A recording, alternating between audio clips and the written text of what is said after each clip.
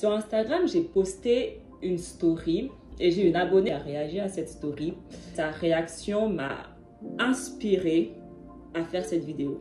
Et en fait, j'ai posté un verset, Exode 28, verset 42. On va lire un peu plus haut, d'accord, pour voir un peu le contexte. Pour les fils d'Aaron, tu feras des tuniques, tu leur feras des ceintures et tu leur feras des bonnets pour marquer leur dignité et pour leur servir de parure. Tu en revêtiras Aaron, ton frère, et ses fils avec lui. Tu les oindras, tu les consacreras, tu les sanctifieras, et ils seront à mon service dans le sacerdoce. Fais-leur des caleçons de lin pour couvrir leur nudité. Ils iront depuis les reins jusqu'aux cuisses. Et l'abonné m'a répondu, donc c'est vraiment écrit noir sur blanc. Comment on fait pour rater ça?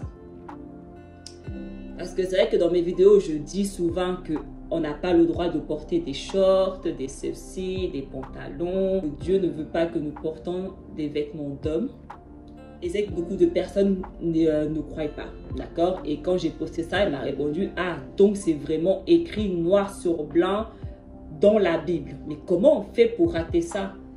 Et du coup, je lui ai répondu, écoute, darling, il n'y a pas que ça qui est écrit noir sur blanc, mais que les gens ne voient pas et font comme si ce n'était pas biblique. Dieu nous dit clairement que ce que le monde appelle maintenant des shorts, Dieu appelle ça des caleçons. Caleçons, vêtements d'homme.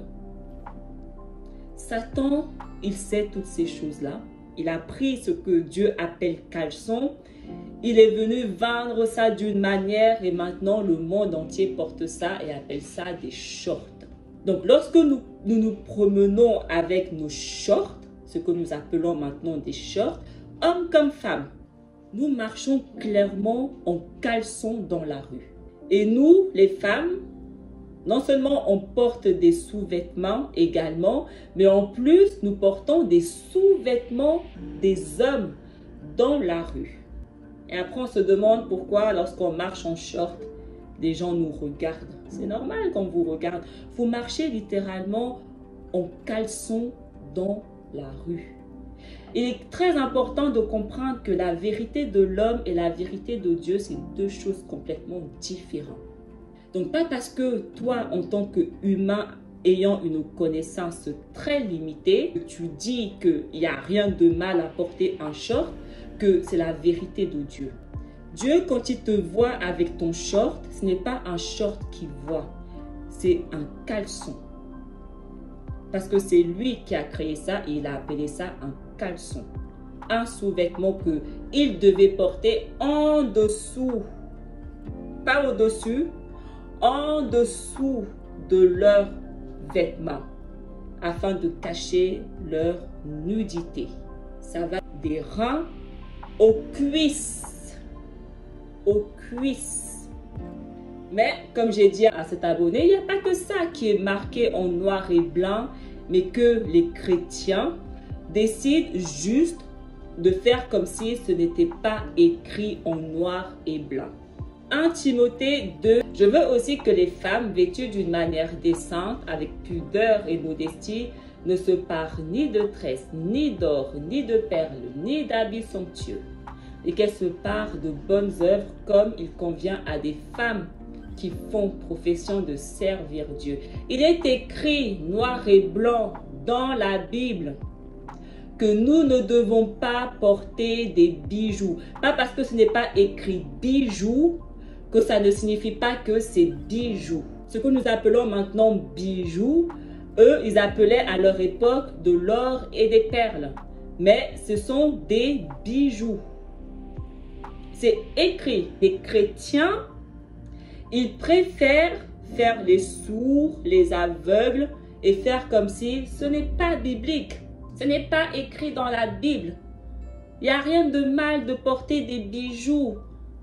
Dieu ne va pas nous juger parce que nous portons des bijoux. Oui, mais en attendant, dans sa parole, il est écrit noir et blanc, ne portez pas de bijoux.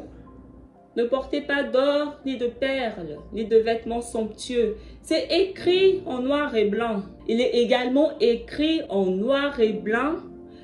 Femmes, ne portez pas des tresses. Ça aussi, on va dire que ce n'est pas biblique. C'est écrit. Ne portez pas de tresses. Pourtant, toutes les femmes noires portent des tresses. Pourquoi? Alors, si Dieu, dans sa parole, vous dit clairement, ne portez pas des tresses, pourquoi vous portez des tresses? C'est soit parce que vous ne connaissez pas la parole, donc vous ne lisez pas la parole, soit vous choisissez de faire des aveugles et d'être volontairement désobéissante envers Dieu. Parce qu'on ne peut pas dire que ce n'est pas écrit dans la Bible. Donc, dès le moment où c'est écrit, mais que tu choisis quand même de porter, ça s'appelle de la désobéissance. Est-ce que tu crois que Dieu a envie de donner son Saint-Esprit à une personne qui lui est désobéissante? C'est une chose de faire par ignorance. Mais lorsqu'on nous dit, lorsqu'on lit, lorsqu'on le sait, mais qu'on choisit quand même de ne pas faire, ça c'est un autre débat, c'est une autre chose. C'est littéralement un péché volontaire. Et ce n'est pas seulement dans 1 Timothée que c'est écrit. Dans 1 Pierre 3 également, c'est écrit même plusieurs fois dans la Bible. Ayez non cette parure extérieure qui consiste dans les cheveux tressés, les ornements d'or et les habits qu'on revêt.